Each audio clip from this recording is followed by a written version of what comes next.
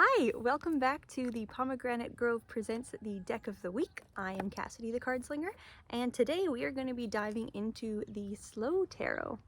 This is an independently published deck by Lacey Bryant, and I backed it on Kickstarter a couple years ago. On one side it says, take your time. On the other side it says, take it slow. It's got a really nice two-part box here. And I wanted to film this video outside because, check this out, if I put the box, I had this set up before, it almost will disappear entirely into the tree behind me. So, anyway, I wanted to start off with this deck, partly because if I were to, and when I decide to design my own tarot deck, I would probably pick cardstock that is exactly the same as what this is here. It is described as premium linen cardstock, and it's just, I don't know how to describe it, and I'm hoping the camera kind of picks up the texture of this, but it is very textured, and I hope you can kind of see it there. And then that's the back of the card. And it's very, very soft, really quite bendy. It's a bit on the thinner side, but certainly very durable. I've used this deck quite a lot, and it's holding up really quite well. Came with this little card here of authenticity when you purchase it, and it comes with a very tiny little white book, little guidebook. It's actually really well written. It's got a couple of sentences and keywords for each of the cards, if that's important to you. And then it's sorted by, it's got aces, twos, threes, and then it kind of gives one keyword for each of those. So it's a really nice size deck. I mean, I don't have the biggest hands in the world, and I should have brought another deck out here to kind of show the size of it, but it's, you know, yay big by yay big. The artwork in this deck is absolutely spectacular. Just as a quick view, each of the suits has its own color background, or sorry, border, not background. So the majors are all black, and then we've got, you can see it, and then it goes gray, and then what do we have? I guess the majors are quite close to the background of the cups, and then it's brown for coins and gray for swords. So without any further ado, let's just dive right into the cards. This is an interesting fool because as compared to the Rider-Waite deck, he's already taken that little step off the cliff. And the Magician, I mean, I just see Hermione here. Anybody else? High Priestess. There are a couple of cards in this deck that just blow me away. I mean, the whole deck is incredible. There is some nudity in here, so if anybody does not want to see nudity, just fair warning. The Emperor. Yeah, I mean, it's really, the artwork is super dreamy. It's very modern. I mean, look at this Lovers. Aww. It's so pretty. The Chariot, they've got a girl on a bicycle, which is very sweet. This Strength card is amazing. Look at her dress. Hermit. And I mean, what I really like too about this deck is anywhere that there's light, I mean, just the artwork, it looks like it's actually lit up in the card. In this deck, instead of the Wheel of Fortune, it's just Fortune. And balance replaces justice. This is an interesting hangman. He's got the little, what's it called, cat's cradle or something in the front with his hands. This is the cutest death card in the world. Oh my gosh, check this out. Isn't that amazing? Oh, I love it so much. Temperance is quite interesting as well. So you can see everything in this deck is very relatable so far. It's not, you know, it's well, very relatable, right? Oh, that guy just comes knocking on your door. I wish. But it's a super nice modern approach, and you'll see that as it kind of comes through the cards. The Devil is replaced by Temptation in this deck. Now for me personally, this would probably be my biggest critique of this deck, because when I think of the energy of the Devil card, I wouldn't put that synonymous with Temptation. But again, you know, as Sharon had said in the last video, you really got to read with the deck that you have. So when I pull this card, I'm not reading the devil, I'm reading temptation and the image that I see here. It's really beautiful though. Check out this tower. Oh my gosh. Knocking down a big tower of cards. It's amazing. Imagine how long that would take. And it's got a little black kitty there. There's a couple of cats in this deck. Ooh, the star card. Yeah, this is one of the most beautiful cards in the deck for me. Come on, are you serious? Stunning. Moon.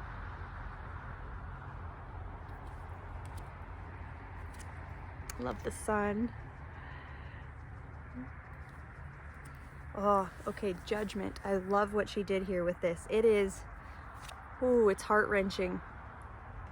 So as you can see this, I hope it's coming up clearly, that the woman is looking in the mirror and looking back at herself and then is diving into her heart. You know, there's a big hole in her chest that she's opening up with her hands, and then it's reflected one more time in the mirror behind it. Oh, it's heart-wrenching. Okay, so then here's the world card that I have chosen. Yeah. This does come with an additional world card, so you can pick if you want 2 world cards or just which one is your preferred choice, but here it's the other one. And there also is an additional card. It's labeled 22 and it's called Atonement, which is really quite beautiful. We got the pomegranate on the table here. For me personally, when decks come with additional cards, I think they're really beautiful, and I appreciate the artwork and the effort that goes into making them, but I always take them out of the deck and cast them aside. I like my tarot decks to have 78 cards, and that's just the way I roll. So for the minors, absolutely stunning. She did decide to make the aces all borderless, and part of me makes me just kind of wish that the rest of the deck was borderless, because these aces are phenomenal. This is the Ace of Wands, and I like she's got the little gecko salamander lizard guy kind of crawling up the bottom there. It's too cute. And then here we've got the Two of Wands.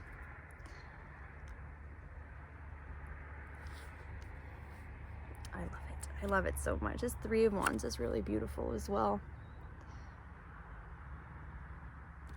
I find this deck reads really well. I don't see that any themes are really doubled, nor are any missing in this deck. Five of Wands is cute. It's got just, you know, a friendly game of children fighting with sticks. The Six of Wands. It's really lovely. Very interesting take on the Seven of Wands here with this ladder. Climbing up. The Eight of Wands, we've got carried by these beautiful, I don't know if they're hawks or some beautiful bird. Nine of Wands. But I mean, the expressions on the people's faces alone just say so much. Like this artist is just, like, there's so much expression in their faces. I mean, look at the Ten of Wands here as well. Absolutely stunning. Page of Wands. I get this card a lot in the summer. I like to camp, and we've got this little guy here with his little gecko salamander on his stick with the tent in the background. And again, like just the way that anything lit up, the shadows, and the way that it just really comes alive in the image. She does a really stunning job of shading. Knight of Wands, got him on a motorcycle. This Queen of Wands is super killer. She's got 2 sleeves of tattoos. She's got 2 dogs. She's got the gecko tattoo on her foot. And I mean, she's so sassy. I love her. And check out this King of Wands. His third eye is on fire. Literally. It's awesome. And then, I mean, too, there's so much detail. Like, he's got all of these books sitting here under his table. He's got this mask. Super artistic expression. He's got the same little, what are those things called? Little the things that we saw there in the Two of Wands where he was looking at it on the map. He's got that sitting on his table. There's a floating lamp in the corner. I mean, there's a lot of symbolism to work with in these cards. The Ace of Coins. Another borderless card. The Two of Coins. This is one of the cards that I saw when I backed the deck, and I thought it was just amazing. I mean, look at her face. She's got the bathtub overflowing behind her. The 2 coins, 1 in each hand. It's just, I mean, who else can feel that that energy of that card? 3 of Coins.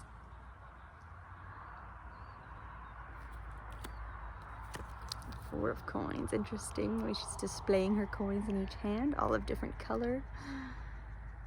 But she's got, I mean, she's got this beautiful gold necklace thing that turns into a wrap on her wrist, and rings, and I mean, and just look at her, look at that expression. Amazing. Really like this 5 of Coins as well. Putting you in the perspective of the other person. There are a few decks that have that I've seen. I think it's called the Spacious Tarot. There's a few of them that have come out that, you know, you would see what you would see if you were that person in the card, and I love that concept as well. The 6 of Coins. And the color palette in this deck is phenomenal. I mean, look at, like, just the, even in this, let's go back here, this 5 of Coins. I mean, it's just, oh, it's stunning. Really, really stunning. 7 of Coins. Interesting. They're playing a game of poker, and this guy's got a card hidden up his sleeve. A little bit of a cheater, maybe. Love this 8 of Coins. It's really beautiful. And even like the added detail. So we've got the gentleman putting it up in the background here. The lady sitting cross-legged with sort of the very last piece, the kid and the dog. But one of the elements of this card that's really beautiful is as it goes around, it's the life cycle of a butterfly. So it starts, I don't even know if it's in that first one. Oh yeah, it's just a speck. It's just a little tiny speck, and then the caterpillar grows, and then he goes into his cocoon, and then she's holding the very last piece, which is the flying butterfly. It's so beautiful. Check out this 9 of Coins. Ah, sitting there with her little bird. Gorgeous, gorgeous. And I like this 10 of Coins as well, because it's so, I mean, it's just a bunch of things, right? We've got the clock, the spool, the family portrait, all the money, the buttons, the ring, the dice, the big snake. Like, there's just so many elements that you can pull out of that particular card. It's just, it's very well done. Okay, this is another card of the reason, one of the reasons why I got the deck. So the Page of Coins. Look at the little girl with a lemonade stand. Oh, it's so cute. She's got her big slice of lemon, holding it up to her eye. Knight of Coins sitting by his beautiful car. I like that she kept the element of very stagnant, not moving energy of this Knight of Coins, but I mean, that car could go if it wanted to. Look at how lush this Queen of Coins is. Wow. So much going on here. And then our King of Coins, the snake came back. You know who he reminds me of? I guess maybe not so much looking at him closely, but when I'm seeing him here, kind of like Renly Baratheon from Game of Thrones. Anyone? Ah, Suit of Swords. So again, our borderless ace. So stunning. 2 of Swords. Ah, I love it because they're kind of in battle, but then it's very prominent, the red heart, you know, sitting on that person's suit, just the waves. It's like you can sense the hecticness coming out of that card. Excellent 3 of Swords. I really like my 3 of Swords to be a heart with 3 swords in it in some form. Some decks have, you know, some very heartbreaking scene, but I mean, I like that. I like when that's preserved. The 4 of Swords. Sort of taking a snooze there, maybe. On a pile of bricks and under what looks like a crumbled city. Very interesting. This 5 of Swords is amazing. This guy is getting his ass kicked by this angel. I love it. I love it. The 6 of Swords is really beautiful. I mean, you just the detail in the sea, and you can just, you know, you can hear that seagull. At least I can. I live close to the ocean and I can never stop hearing seagulls, but it's just, oh, it's so stunning. The 7 of Swords. We've got another kitty showing up here. Sneaking out the window. 8 of Swords. Beautiful. It's 9 of Swords. Amazing, amazing, amazing. This, okay, 10 of Swords. I mean, I'm sure she's supposed to be in a pool of her own blood, but to me it just looks like red wine. And it's like she's in the kitchen, there's all these birds flying around. I hope it's showing up that her reflection is even painted in the spilled blood or wine, whatever it really is there. It's, yeah, it's super expressive. Page of Swords. The Knight of Swords. I love this, the whole Dark Knight aspect of him, just beautiful. Now, the Queen of Swords is my card. The Queen of Swords is my favorite card. I love her so much. And this, of all of the decks that I own, is my favorite Queen of Swords. So that is really saying a lot. Back up to the beginning when I said the reason I chose the deck was for the cardstock. That too, but also single-handedly, check this out. Look at her! Oh, she looks so badass. I mean, I love her. I love her so much. Just all the swords coming out of her head. I mean, what is this? A big, I want to say it's a falcon with this massive red eyeball. And just like, again, look at the way that light, like it looks like that card is lighting up. It's phenomenal. Oh, I love her. I love her so much. And our King of Swords. Very interesting posture that she has him in. And he's even got a big scar sliced right across his eye there. Really, really lovely. Love that suit of swords. And this is my favorite ace. Check out this Ace of Cups. Isn't that just lush and just everything the Ace of Cups should be? It's beautiful. The 2 of Cups here. Nice little date amongst the rose garden. This 3 of Cups looks like a fun afternoon.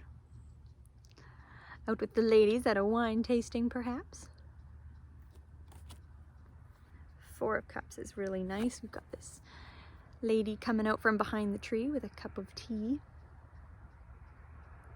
Which is, again, that aspect of this being a little more accessible, I guess. Relatable, rather than needing to go into fully interpretation of symbolism. But, like, you could, you know, there's actually a person handing him this cup of tea rather than in the Rider-Waite deck where it's just a hand coming out of nowhere, which, I mean, is super cool on its own. 5 of Cups, little boy broke some cups. So sad. I love this 6 of Cups too. Again, it's just, aw, beautiful. Really, really like the colors, just everything. I love this deck a whole lot. I really like what she did too with the 7 of Cups too. It's kept that aspect of looking up at the choices and the options, but they're teacups hanging from a tree. I love that idea for like ornaments at a garden party or a wedding or something. Isn't that amazing? It's so cute. 8 of Cups. I am out of here. This 9 of Cups is really special as well. Look at her. All her cups in her cabinet beside her and her little kitty sleeping on her floor. If you're a cat lover, I feel like you need to get this deck. I mean, there's quite a few dogs in this deck too, but there's an extra amount of cats. This 10 of Cups is really lovely as well. I love it so much. Page of Cups. Squirrel, don't worry, we've got the fish in the cup. She only likes to buy decks. This is her favorite card, Page of Cups, and she needs to have the fish in the cup in this card, or she won't particularly love the deck as much. I think she has some exceptions, but I made sure that that was on here for my very first deck. Check out this Knight of Cups. So much for my, you know, this could actually happen. I mean, it could. Let's be real. Look how beautiful that is. I love it. I love it so much. And this Queen of Cups is really phenomenal. Like, all of the queens are amazing. And that Queen of Swords, don't get me wrong, my favorite card in the deck. But check out this Queen of Cups. I mean, look at her. The ornate gown she's wearing. She's sitting in this clamshell right on the beach. Her face, she's having a great old time. Ooh, I love her. I love her a lot. And last but not least, we have our King of Cups. So at the time of me filming this video, I do believe this deck is still available to purchase on her website, and I will link that below. Other than that, yeah, this sort of wraps up the second edition of our deck of the week put on by the Pomegranate Grove. Please be sure to like and subscribe our channel so you don't miss out on the upcoming videos. We've got a lot of really cool content coming up. But yeah, I mean, my final words on this deck, it's really stunning. The cardstock is beautiful. It reads very clearly, very well. I find there's really a lot to work with in each of the cards, kind of over and above just the average symbolism. And like I said, it's really quite accessible in a lot of ways. I mean, the setting up of a lemonade stand for that page of coins.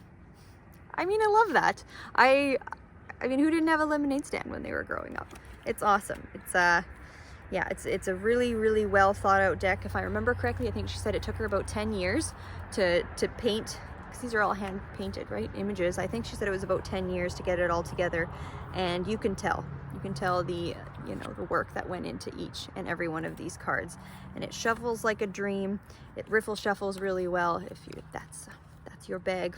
But, you know, like I said, it's a very well used, well loved deck. And I mean, I don't know if you can kind of pick up on, yeah, you can kind of see there. I've only got a couple of little dings here and there, but it's no, still in really good shape. I highly recommend this deck if you're someone who likes beautiful, beautiful artwork.